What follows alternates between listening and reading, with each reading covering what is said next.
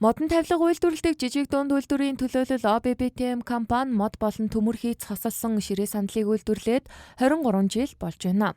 Тус компани дотоодын ихтэй сургууль, ерөнхий боловсролын сургууль цэцэрлэгт стандартын шаардлага хангасан эдлэгээ сайтай сандал ширээг үйлдвэрлэн нийлүүлж байна.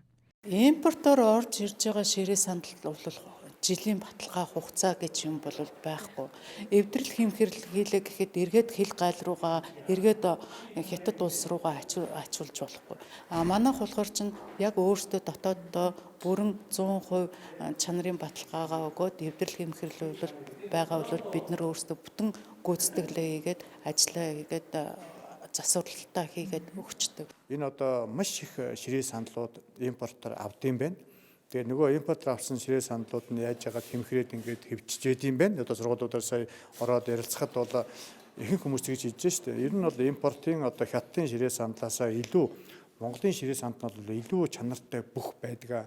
Эсний компаниудаас захиалга хийж авж байгаарэ. Зөвхөн ширээ сандал гэхгүйгээр босоод бүхэл бараа бүтээгдэхүүнийг үндэсний компаниудаас авж явах юм бол түүний чинь цаана Монгол улсын эдийн засгийн Монгол хүн ажилдаа орлоготой байна тий.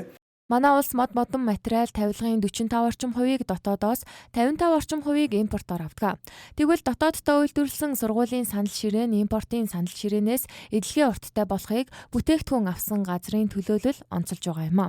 Тухайлбал ОББТМ компани 2018 онд нийслэлийн ерөнхий боловсролын 141-р сургуульд 740 сурагчийн ширээ мөн тооны хос сандал нийлүүлжээ.